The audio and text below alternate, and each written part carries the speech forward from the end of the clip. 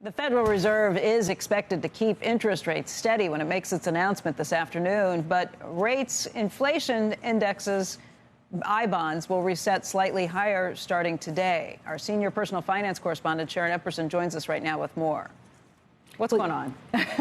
Becky, you know, I-bonds reset every May and November based on inflation data. Starting today, November 1st, the rate for Series I-bonds is set at 5.27% for the next 6 months through April of 2024. Now, that's up from 4.3% rate offered from May to October of this year, but it's still a far cry from 9.62%. That's the record high rate that made I-bonds so popular last year that buyers actually crashed the U.S. Treasury's website trying to lock in that rate.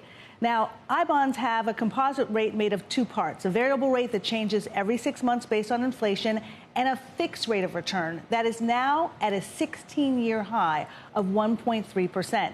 I-bonds that are purchased between now and April of 2024 will earn that fixed rate until maturity in 30 years or as long as you hold the I-bond, which may make sense for some long-term savers, but I-bonds may not be the best strategy for short-term savers since you can't cash them in for 12 months. And if you cash in the bond in less than 5 years, you'll lose the last 3 months of interest.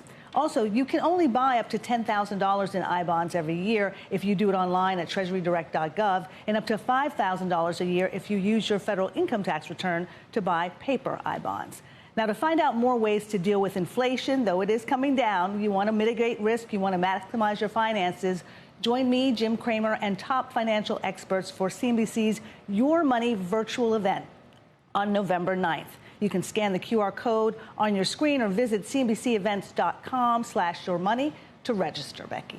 So if you bought those I-bonds last year, if it's been over a year, is it a good time to cash it out since you're not getting really what you would get more than a long bond? Well, the first thing that you should do probably is to go on the Treasury Direct website and just see what you have there and figure out what you may want to do with that. Yes, it may make sense because when you're looking at not just a long bond, but just putting your money in a high yield savings account, you can easily be getting over 5% right now. And then some people may want to just put it in a 6-month or 1-year treasury, and you can also get 5.5% there. So it really depends on how liquid you need the money and when you need the money, and also how much work you want to do to try to make sure that your money is safe wherever you're putting it.